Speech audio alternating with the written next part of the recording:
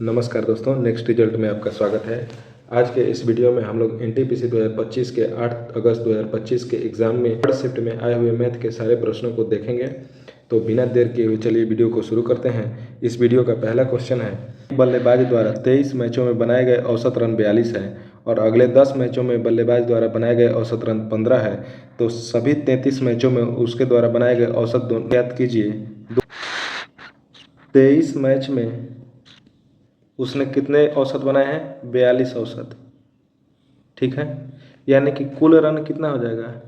कुल run 23 match में 42 और गुणे 23, ये कितना हो जाएगा? 966। अगले 10 मैच में औसत कितना होता है? 15 का औसत होता है। ठीक है, यानी कि 10 मैच में कुल रन कितना हो जाएगा?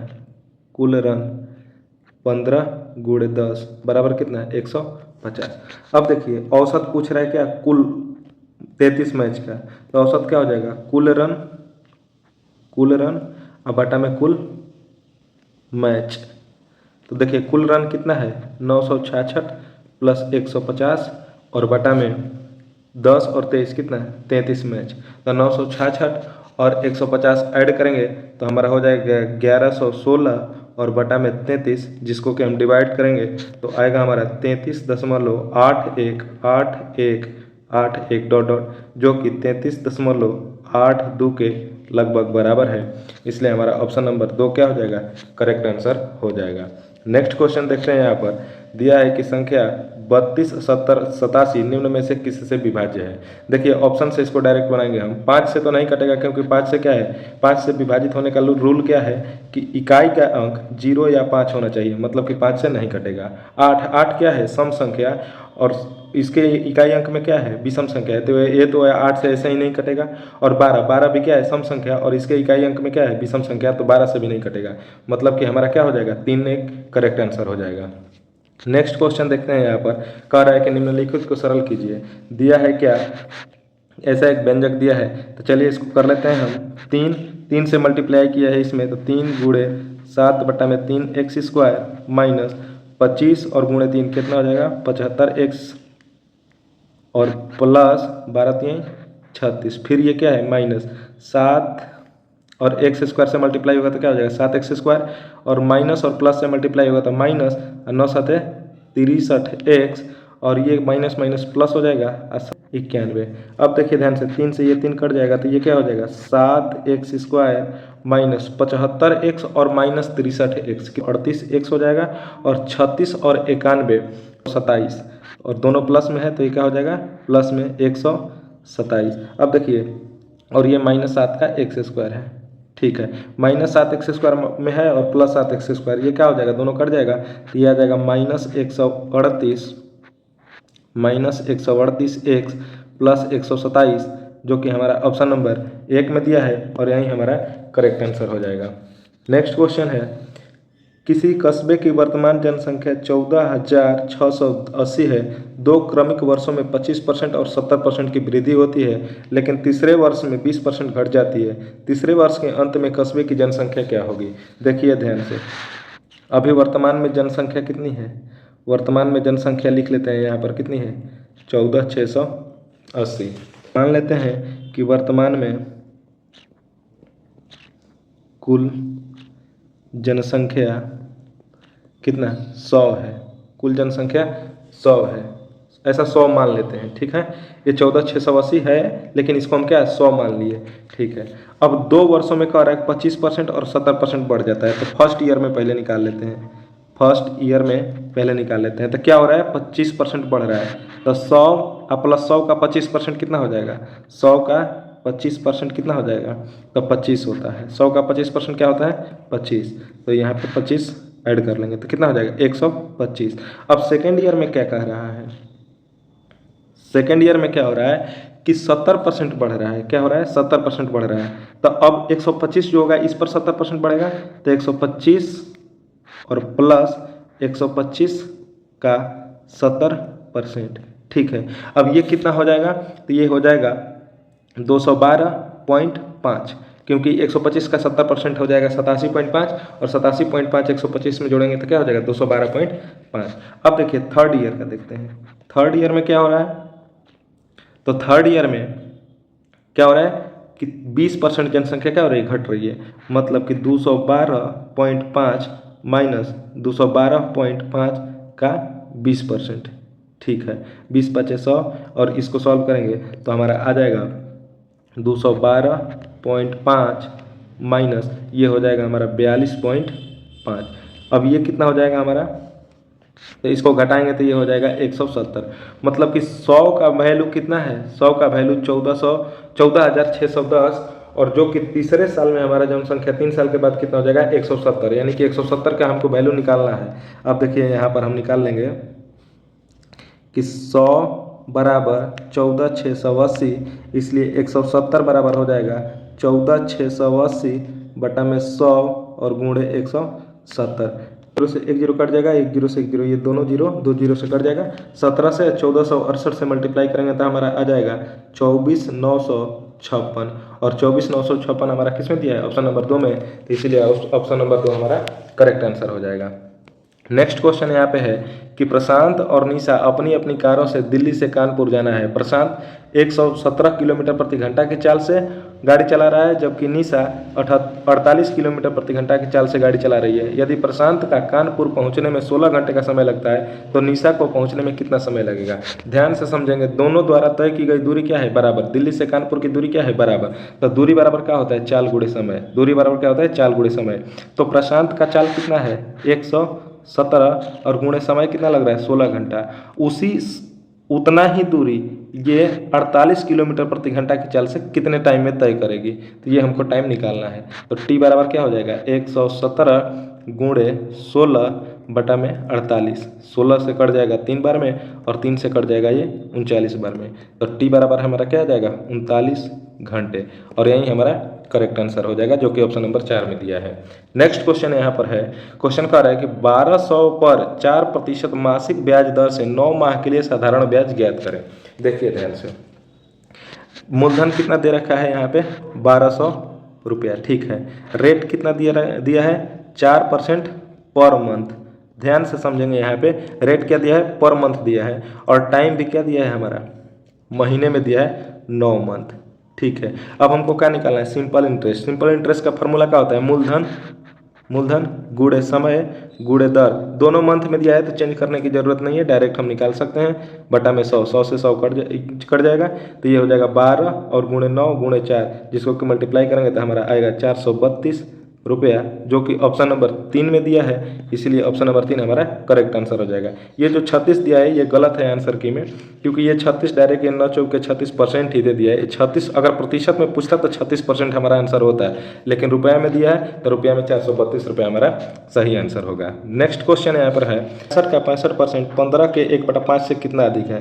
तो 65 का 65% पहले निकाल लेते हैं और फिर 15 का 1/5 निकाल लेते हैं। तो 15 का 1/5 कितना हो जाएगा 3 हो जाएगा। 65 का 65% कितना हो जाएगा 5 से 25 से कट जाएगा ये 13 और ये भी 13 हो जाएगा और 25 चौके 100 है तो 13 13 या 169 बटा में 4 और ये कितना हो जाएगा 3। तो 169 बटा में 4 ये हो जाएगा 42.25 और ये हो जाएगा -3, कितना अधिक है तो 39.25 और जो कि ऑप्शन नंबर 4 में दिया है, इसीलिए 4 ऑप्शन हमारा करेक्ट आंसर हो जाएगा।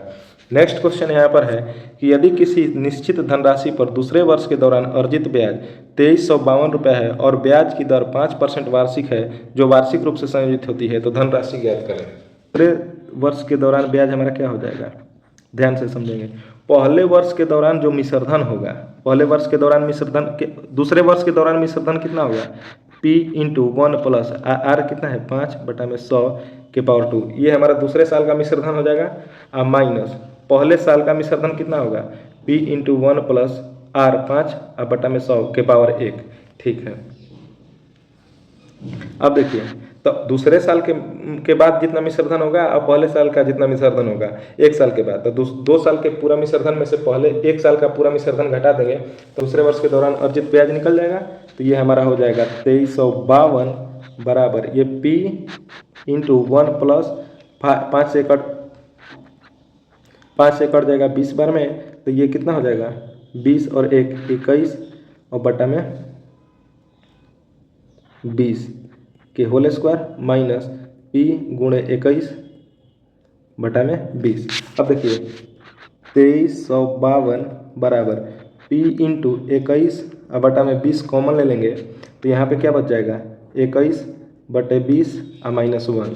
तो ये क्या हो जाएगा 2352 बराबर P इंटू 21 बटा में 20 गुणे ये 21 बटा में 20 -1 क्या कितना हो जाएगा 1 बटा में 20। अब देखिए ध्यान से, तो P का मान निकालना हमको, तो P बराबर क्या हो जाएगा 2352 बटा में 21 और गुणे 20 गुणे 20, जिसको कि सॉल्व करेंगे तो हमारा आ जाएगा P बराबर कितना आ जाएगा 44,800 और यही हमारा करेक्ट आंसर हो जाएगा, जो कि ऑप्शन नंबर 4 में दिया है। नेक्स्ट क्वेश्चन है यहाँ पर कि 12 पेन और 7 पेंसिल की कीमत 285 रुपया है। यदि पेन की कीमत 6 रुपये प्रति पेन कम हो जाती है और पेंसिल की कीमत 5 रुपये प्रति पेंसिल बढ़ जाती है तो 11 पेन और 3 पेंसिल की कीमत 118 रुपये हो जाती है। तो 2 पेन और 2 पेंसिल की कीमत ज्ञात करें। ध्यान से समझेंगे। यहाँ पर सबसे पहले क्या दिया है 12 पेन, पेन को P मान लेते हैं और पेंसिल को C मान लेंगे। पेंसिल को क्या मान लेंगे C। तो 12 पेन प्लस 7C बराबर कितना दिया है 285। ठीक है, इसको इक्वेशन फर्स्ट मान लेते हैं। सेकेंड क्वेश्चन क्या कर रहा है कि यदि पेन की कीमत 6 रुपये कम हो जाता है, पेन की कीमत 6 रुपये कम हो जाता है और पेंसिल की कीमत 5 रुपये बढ़ जाता है, पेंसिल की कीमत 5 रुपये बढ़ जाता है तो 11 पेन और 3 पेंसिल की कीमत 118 रुपये हो जाता है। ये हो गया तो इसको सॉल्व करेंगे तो क्या हो जाएगा 11P माइनस 11 6 के 66 फिर प्लस 3C और प्लस 15 बराबर कितना 118। अब 11P प्लस 3C बराबर 118 और ये 66 माइनस 66 प्लस 15 माइनस 51 होगा और इधर जाएगा तो प्लस 51 हो जाएगा। हो जाएगा 11P प्लस 3C बराबर 169। ये हो गया समीकरण सेकंड। अब 1 और 2 को दोनों को रख करके सॉल्व कर देंगे। तो एक पहला समीकरण क्या है यहाँ पर कि 12P प्लस 7C बराबर 285 और ये है 11P प्लस 3C बराबर 169। ठीक है, दोनों इक्वेशन को हम सॉल्व करेंगे तो हमारा P की वैल्यू आएगी, P का वैल्यू आएगा 8 रुपया और C का वैल्यू होगा 27 रुपया। मतलब कि एक पेन की कीमत 8 रुपया तथा पेंसिल की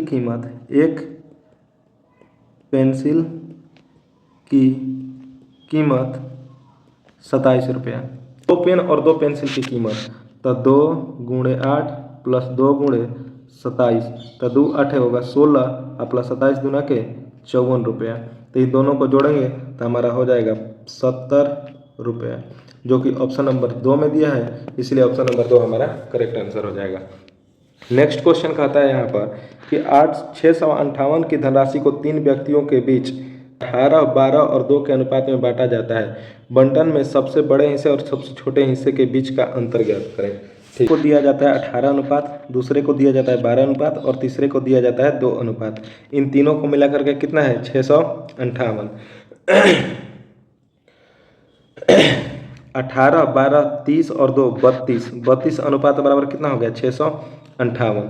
तो इसलिए 1 अनुपात बराबर क्या हो जाएगा 658 और बटा में 32। हमसे क्या पूछ रहा है कि सबसे बड़े और सबसे छोटे हिस्से, तो सबसे बड़ा हिस्सा 18 है, सबसे बड़ा हिस्सा क्या है 18 और सबसे छोटा हिस्सा क्या है 2। तो सबसे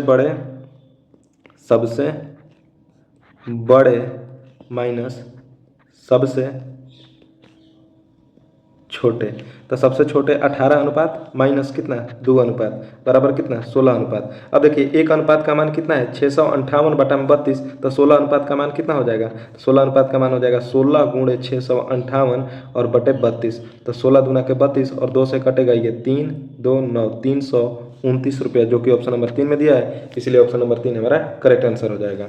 नेक्स्ट क्वेश्चन कहता है यहाँ पे कि एक दुकानदार 3500 रुपये में एक साइकिल खरीदता है, उसे 20% के छूट पर बेचता है, जिसमें कोई लाभ या हानि नहीं होता है, तो साइकिल का अंकित मूल्य ज्ञात करें।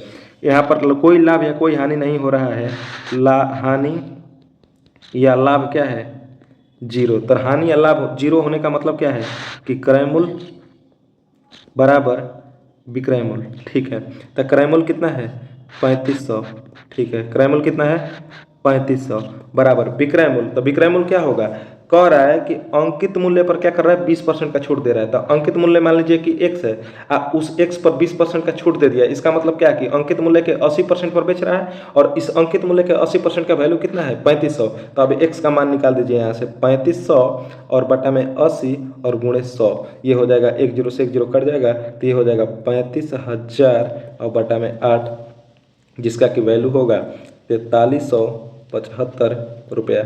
और यही हमारा करेक्ट आंसर हो जाएगा, जो कि ऑप्शन नंबर 2 में दिया है। नेक्स्ट क्वेश्चन है क्वेश्चन नंबर 12 कि ABCD एक समलंब है जिसमें कि BC समांतर AD है, ठीक है। ABC एक क्या है समलंब चतुर्भुज है जिसमें कि BC और AD क्या है समांतर है। एक भुजा ये मान लेते हैं हम और एक भुजा ये मान लेते हैं, ठीक है। अब क्या कर रहा है, ये दोनों क्या है समांतर है। ये हो गया A, ये हो गया B, ये हो गया C और ये हो गया D, ठीक है।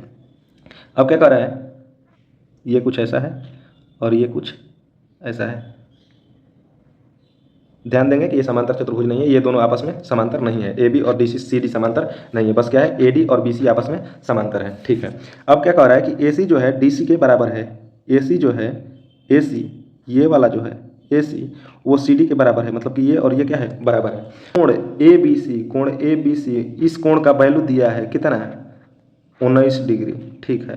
कोण BAC के वैल्यू दिया है, कोण BAC इसकी वैल्यू दिया है 137 डिग्री, ठीक है। इस कोण का वैल्यू कितना दिया है 137 डिग्री। अब हमसे क्या पूछ रहा है, कोण ACD का मान, कोण ACD इसका मान पूछ रहा है। अब ध्यान से हम देखेंगे जरा यहाँ पर कि इस कोण का वैल्यू, कोण A का वैल्यू दिया है 137 डिग्री, कोण B का वैल्यू दिया है 19 डिग्री। तो ये वाला हम कोण निकाल सकते हैं कोण C। तो कोण C बराबर कितना होगा, कोण ACB बराबर कितना होगा 180 माइनस 137 प्लस 19। क्यों, क्योंकि त्रिभुज के तीनों कोणों का योगफल कितना होता है 180 डिग्री। तो ये वाला कोण हमको निकालना है, तो 180 में से इन दोनों को जोड़ के घटा लेंगे तो हमारा निकल जाएगा। तो ये हो जाएगा 180 माइनस 156, जो कि घटाएंगे तो ये हमारा क्या हो जाएगा 24 डिग्री। अब ध्यान से देखिए, ये भुजा और ये भुजा समांतर है और ये मान लीजिए कि एक तिर्यक रेखा काट रही है। तो ये अगर कोण 24 डिग्री है तो ये कोण भी 24 डिग्री होगा। अब जब ये कोण 24 डिग्री होगा तो और ये भुजा क्या है बराबर है। तो जब किसी त्रिभुज में दो भुजा बराबर हो तो आमने सामने के कोण, उसके दोनों भुजाओं के सामने के कोण आपस में क्या होते हैं बराबर। क्योंकि ये जो है 24 डिग्री होगा तो ये कोण भी क्या होगा 24 डिग्री ही होगा। जब ये दोनों कोण 24 डिग्री हैं तो ये कोण अब निकाल सकते हैं कैसे, तो ये हो जाएगा ये भी। अब इस त्रिभुज में हम देखेंगे, इस त्रिभुज में क्या हो जाएगा 180 माइनस 24 प्लस 24, तो 180 माइनस 48 डिग्री बराबर ये हो जाएगा 132 डिग्री, जो कि हमारा ऑप्शन नंबर 3 में दिया है और यही हमारा करेक्ट आंसर हो जाएगा। नेक्स्ट क्वेश्चन है, एक मीनार के आधार से b स्क्वायर मीटर और a स्क्वायर मीटर की दूरी पर और इसके साथ एक ही सरल रेखा पर क्रमशः दो बिंदुओं x और y मीनार की विपरीत दिशाओं में से मीनार के शीर्ष का उन्नयन कोण पूरक है तो मीनार की ऊंचाई मीटर में ज्ञात करें। देखिए ध्यान से, ये मान लीजिए कि आपका मीनार है और मीनार के एक साइड मान के चलिए कि ये है और दूसरी साइड ये है। ये एक ही सरल रेखा है, ध्यान से समझेंगे। ये मान के चलिए कि एक पॉइंट x है और ये पॉइंट क्या है y है। अब देखेंगे यहाँ पर ये जो दोनों उन्नयन कोण बन रहा है, ये दोनों उन्नयन कोण क्या है पूरक है। तो पूरक कहने का मतलब क्या है, एक थीटा है तो दूसरा क्या होगा 90 माइनस थीटा। ध्यान से समझेंगे, यहाँ पर दूसरा क्या हो जाएगा 90 माइनस थीटा। ये हमारा क्या है मीनार है, तो मीनार की ऊंचाई हम क्या मान लेंगे h।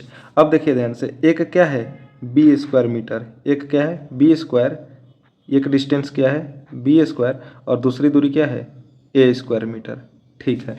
अब देखिए ध्यान से, ये इस त्रिभुज में, ये छोटे वाले त्रिभुज में क्या हो जाएगा tan थीटा बराबर h और बटा में b स्क्वायर हो जाएगा, ठीक है। और इस बड़े वाले त्रिभुज में क्या हो जाएगा कि tan 90 माइनस थीटा बराबर क्या हो जाएगा h बटा में a स्क्वायर। क्यों, क्योंकि tan थीटा बराबर क्या होता है लंब और बटा में आधार। तो इस कोण के लिए लंब h होगा और आधार a स्क्वायर, और इस कोण के लिए इसके सामने वाली भुजा ये लंब हो जाएगा और ये क्या हो जाएगा आधार। अब देखिए ध्यान से, ये tan 90 माइनस थीटा बराबर क्या होता है cot थीटा, और cot थीटा बराबर क्या होगा है ए स्क्वायर एच बटा में ए स्क्वायर। अब देखिए ये और ये दोनों को गुणा कर दीजिए आपस में, तो ये हो जाएगा tan थीटा गुणे cot थीटा बराबर एच बटा में बी स्क्वायर गुणे एच बटा में ए स्क्वायर। tan थीटा गुणे cot थीटा बराबर क्या होता है 1 बराबर एच गुणे एच स्क्वायर बटा में ए स्क्वायर बी स्क्वायर। अब ध्यान से यहाँ पर देखेंगे एच स्क्वायर बराबर क्या हो गया ए स्क्वायर बी स्क्वायर, तो एच बराबर क्या हो जाएगा रूट ओवर ए स्क्वायर बी स्क्वायर। तो यानी कि एच बराबर यहाँ पर क्या निकल के आ जाएगा ए बी, रूट में ए स्क्वायर बी स्क्वायर है तो उस पर क्या निकल के आ जाएगा ए बी, जो कि ऑप्शन नंबर 3 में दिया है और यही हमारा करेक्ट आंसर हो जाएगा। क्वेश्चन कहता है यहाँ पर कि 5 संख्याओं का योग 655 है, मतलब कि a plus b plus c plus d plus e 5 कोई संख्या है जिसका योग क्या है 655। अब क्या कर रहा है पहली दो संख्याओं का औसत 80 है, मतलब कि a प्लस बी बटा में 2 बराबर 80, यानी कि a प्लस बी बराबर क्या हो जाएगा 80 दूना के 160। c का वैल्यू दिया है कितना 109, तो अब देखिए a प्लस बी प्लस सी बराबर कितना है 160 प्लस 109 हो जाएगा और प्लस डी प्लस ई बराबर क्या हो जाएगा 655। अब देखिए d प्लस ई बराबर क्या हो जाएगा 655 माइनस ये क्या कितना हो जाएगा 269, तो d प्लस ई बराबर की 386। और हमसे क्या पूछ रहा है अंतिम दो संख्याओं का औसत। औसत कहने का मतलब क्या है दो संख्या है तो बटा में 2, तो इधर भी क्या हो जाएगा बटा में 2, तो d प्लस ई बटा में 2 बराबर हो जाएगा 193, जो कि ऑप्शन नंबर 4 में दिया है और यही हमारा करेक्ट आंसर हो जाएगा। नेक्स्ट क्वेश्चन यहाँ पर कहता है क्वेश्चन नंबर 15 कि ए किसी कार्य को 12 दिनों में करता है, बी उसी कार्य को 18 दिनों में कर सकता है, यदि वे 4 दिनों तक एक साथ मिलकर काम करते हैं तो कार्य का कितना भाग शेष रह जाएगा। ध्यान से समझेंगे कि 4 दिन में, तो एक दिन में पहले ए कितना करेगा, एक दिन में ए कितना करेगा 1/12, बी कितना करेगा 1/18, दोनों मिल करके कितना करेंगे 1/12 प्लस 1/18। आज 4 दिन का कह रहा है, ये तो एक दिन का हुआ तो ये 4 दिन का 4 से मल्टीप्लाई कर देंगे, तो ये हमारा क्या हो जाएगा एलसीएम 36, ये हो जाएगा 3, ये 2 और गुणे 4 से कटेगा 9 बार में, तो ये क्या हो जाएगा 5 बटा में 9, मतलब कि किसी कार्य का 5/9 भाग पूरा हो गया, यानी कि बच कितना गया तब 1 माइनस 5/9 यानी कि 4/9, और यही हमारा क्या हो जाएगा करेक्ट आंसर, जो कि ऑप्शन नंबर 2 में दिया है। नेक्स्ट क्वेश्चन यहाँ पर जया एक काम को 30 दिन में करती है, जया और सुषमा मिलकर उस कार्य को 21 दिन में करते हैं। जया सुषमा और हिना मिलकर उस कार्य को 14 दिन में पूरा कर सकते हैं, तो जया और हिना मिलकर उसी कार्य को कितने दिनों में पूरा कर सकती है। ध्यान से समझेंगे, जया और हिना का पूछ रहा है, इसका मिलकर 14 दिनों में कर रही है, तो 1 बटा में जया एक दिन में इतना भाग करेगी प्लस 1 बटा में सुषमा ये एक दिन में इतना भाग करेगी और 1 बटा में हिना ये एक दिन में इतना भाग करेगी। जितना दिन में करे वो हिना का मतलब है कि हिना इतना दिन में करती है, ठीक है, बराबर कितना है 1 बटा में 14, 1 बटा जया 1 बटा सुषमा ये दोनों मिल करके किसी कार्य को 21 दिन में कर रही है, तो एक दिन में कितना करेगा तो 1 बटा में 21 भाग, ठीक है, अब प्लस 1 बटा में हिना बराबर कितना हो जाएगा 1 बटा में 14, तो 1 बटा हिना का हम निकाल रहे हैं, तो कितना हो जाएगा 1 बटा में 14 माइनस 1 बटा में 21, इसका एलसीएम लेंगे तो कितना हो जाएगा 42, 14 3 42 और 1, तो 1 बटा में हिना बराबर क्या हो जाएगा 1, ये 2 होगा 1 बटा में 42, ठीक है, मतलब कि हिना एक दिन में 1/42 भाग काम कर रही है, इसका मतलब कि हिना टोटल 42 दिन में काम पूरा करेगी। अब क्या पूछ रहा है जया और हिना दोनों मिलकर कितना दिन में करेगी, तो ध्यान से समझेंगे, जया एक पूरा काम 30 दिन में करती है तो एक दिन में कितना 1/30 भाग काम करेगी, और हिना एक दिन में 1/42 भाग कार्य करती है, तो 1/42। अब दोनों का एलसीएम ले लेंगे तो ये कितना हो जाएगा 6 × 5 × 7, ये 6 5 30, ये हो जाएगा 7 और 6 7 42, ये हो जाएगा 5, तो 7 5 12 और बटा में ये कितना हो जाएगा 6 × 5 × 7, ठीक है, ये कितना हो जाएगा 6 दूना के 12 यानी कि 2 और बटा में 35, यानी कि एक दिन में ये दोनों मिलकर के 2/35 भाग कार्य कर रही है। इसका मतलब कि पूरा काम कितना दिन में हो जाएगा, इसका उल्टा 35 बटा में 2 दिन, जो कि ऑप्शन नंबर 4 में दिया है और यही हमारा करेक्ट आंसर हो जाएगा। यहाँ क्वेश्चन देखते हैं यहाँ पर कि नितिन ने कुछ पेंसिलें 180 रुपये प्रति दर्जन कहने का मतलब क्या है 12 पेंसिल, एक दर्जन में कितना 12, तो 12 पेंसिल कितना में खरीदा 180 में, इसका मतलब एक पेंसिल कितना में खरीदा, एक पेंसिल कितना में खरीदा तो 180 बटा में 12 यानी कि 15 रुपये में, ठीक है। एक पेंसिल बेचा कितने में, एक पेंसिल बेचा कितने में, तो ये बेच रहा है कितना 17 रुपये में। अब 15 रुपये में खरीद के 17 रुपये में बेच रहा है तो क्या हो रहा है लाभ। तो लाभ कितना हो रहा है 2 रुपये का। लाभ कितना हो रहा है 2 रुपये का। अब हमसे क्या पूछ रहा है लाभ प्रतिशत। तो लाभ प्रतिशत क्या हो जाएगा, लाभ प्रतिशत बराबर लाभ गुणे 100 और बटा में क्रय मूल्य। क्रय मूल्य कितना है 15। तो ये हमारा हो जाएगा 20 और बटा में ये क्या हो जाएगा 5 3 15। तो ये 20 दूना के 40 बटा में 3, ये हो जाएगा 13.3333 और यही हमारा करेक्ट आंसर हो जाएगा, जो कि ऑप्शन नंबर 2 में दिया है। नेक्स्ट क्वेश्चन यहाँ पर देखिए, एम और एन एक व्यवसाय शुरू करते हैं। एम 3 महीने के लिए एन के निवेश से 46,000 रुपया अधिक निवेश करता है। एन 4 महीने के लिए निवेश करता है। कुल लाभ 1359 में से एम का हिस्सा एन के हिस्से से 453 अधिक है। ध्यान से समझेंगे। अब एम प्लस एन का हिस्सा कुल मिला के कितना है 1359। अब देखिए ध्यान से, एम का हिस्सा क्या है एन से अधिक है कितना 453। तो एम बराबर एन प्लस 453 लिख सकते हैं। अब प्लस एन बराबर कितना 1359। अब देखिए 2n बराबर कितना हो जाएगा 1359 माइनस 453 बराबर क्या हो जाएगा 906। तो n बराबर क्या हो जाएगा 453। तो n बराबर 453, इसका मतलब m बराबर कितना 453 और प्लस 453, यानी कि कितना हो जाएगा 4 4 800 8 1 900 906 रुपया हो गया किसका n का मान, m का मान। अब देखिए m और n का अनुपात निकाल लेते हैं। तो m अनुपात n बराबर क्या हो जाएगा 2:1। मतलब कि इस अनुपात में इन दोनों को लाभ मिला है, तो इसी अनुपात में इन दोनों को क्या होगा निवेश भी करना होगा। अब चलिए ध्यान से, m 3 महीने के लिए निवेश करता है कितना, m जो है 3 महीने के लिए निवेश करता है और n जो है वो 4 महीने के लिए निवेश करता है, और इनका अनुपात क्या होना चाहिए 2:1। लेकिन कंडीशन क्या है कि m जो है n से 46,000 रुपया अधिक निवेश करता है। तो n प्लस 46,000 और गुणे 3 अब बटा में n गुणे 4 बराबर 2/1। अब इसको जब सॉल्व करेंगे हम तो हमारा आ जाएगा n बराबर 27,600 और m बराबर हमारा आ जाएगा 27,600 और प्लस 46,000, ये हो जाएगा टोटल 73,600 रुपये, जो कि ऑप्शन नंबर 1 में दिया है और यही हमारा करेक्ट आंसर हो जाएगा। नेक्स्ट क्वेश्चन है कि वह सबसे बड़ी संख्या ज्ञात कीजिए जो 49, 97 और 189 को इस प्रकार विभाजित करे कि प्रत्येक स्थिति में शेषफल समान रहे। ध्यान से समझेंगे, इसको जब ज़्यादा लेंदी करने की जरूरत नहीं है, डायरेक्ट हम भागा देके देख लेते हैं। 3 से भागा देंगे 49 में तो 48, 16 3 48 एक शेष बच जाएगा। 97 में 32 3 96 एक शेष बच जाएगा। 189 में ये 3 से कट जाएगा 6 और 3 63 बार में कट जाएगा, तो ये 3 तो होगा नहीं, 3 तो ऐसे ही कट गया हमारा। 7 से देख लेते हैं, 7 7 49 और ये 7 से डिवाइड नहीं होगा, इसका मतलब 7 भी नहीं होगा।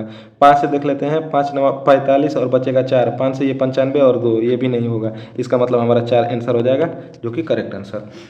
नेक्स्ट क्वेश्चन है यहाँ पर क्वेश्चन नंबर 24, कह रहा है कि 20 पुस्तकों का विक्रय मूल्य 5 पुस्तकों के क्रय मूल्य के बराबर है। ध्यान से समझेंगे, 20 पुस्तक का विक्रय मूल्य कहने का मतलब क्या है एसपी, 20 एसपी बराबर क्या है 5 है। क्रय मूल्य का मतलब क्या है सीपी, डायरेक्ट लिख लेते हैं हम ध्यान से।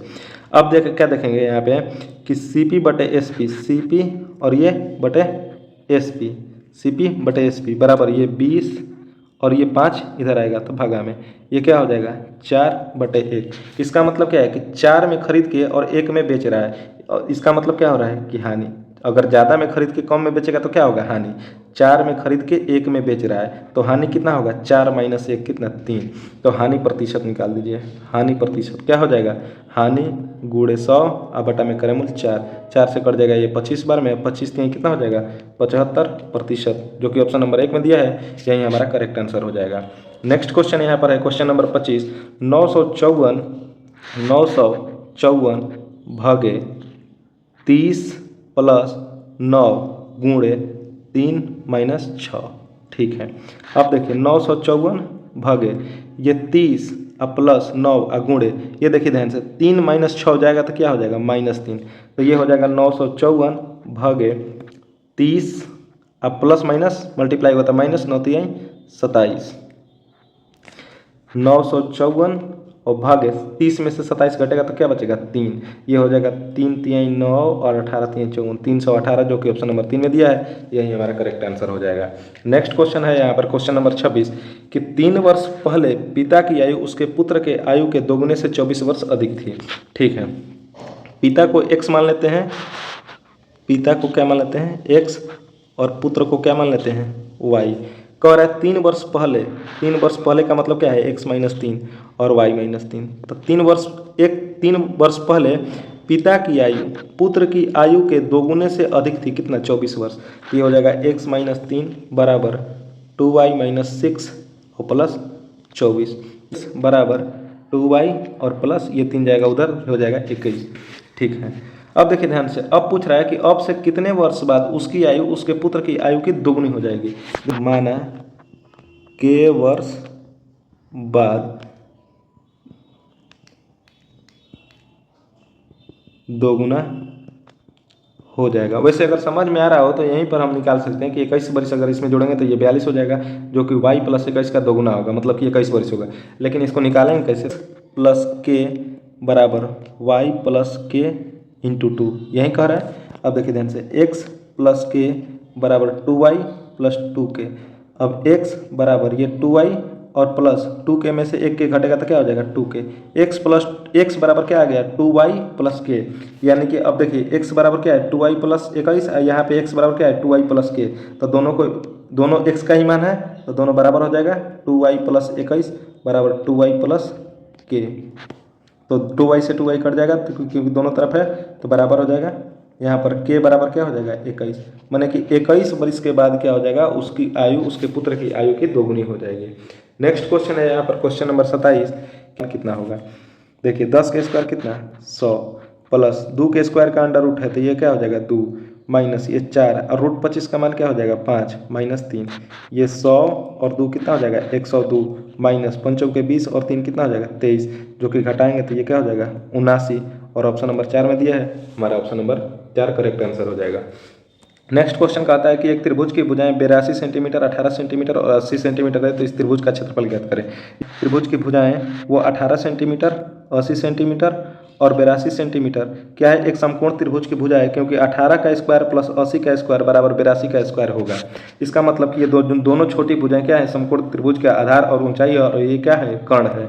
तो आधार त्रिभुज का क्षेत्रफल डायरेक्ट निकाल देंगे, 1/2 आधार अगुणे ऊंचाई सेंटीमीटर स्क्वायर, 2 से कट जाएगा 9 बार में, 9 8 72 720 सेंटीमीटर स्क्वायर, और यही हमारा करेक्ट आंसर हो जाएगा। नेक्स्ट क्वेश्चन यहाँ पर है कि संख्या 44 43 48 26 9 निम्नलिखित में से किससे विभाज्य है। देखिए 10 से तो विभाज्य नहीं होगा क्योंकि ये सम संख्या है और लास्ट में क्या है विषम संख्या है, और वैसे भी 10 से कटने के लिए लास्ट में क्या होना चाहिए 0। 12 से नहीं कटेगा क्योंकि ये सम संख्या और इसका इकाई अंक क्या है 9 है।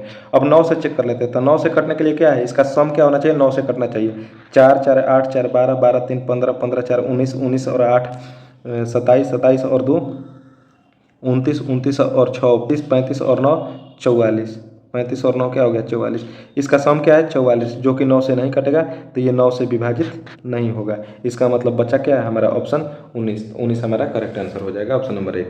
नेक्स्ट क्वेश्चन कहता है कि 24 और 150 का मध्यानुपाती ज्ञात करें। मध्यानुपाती कैसे निकालते हैं, रूट में जो भी संख्याएं दिया रहता है उसका रूट में गुणा कर देते हैं। दो संख्याओं का मध्यानुपाती क्या होता है रूट में दोनों संख्याओं का गुणा।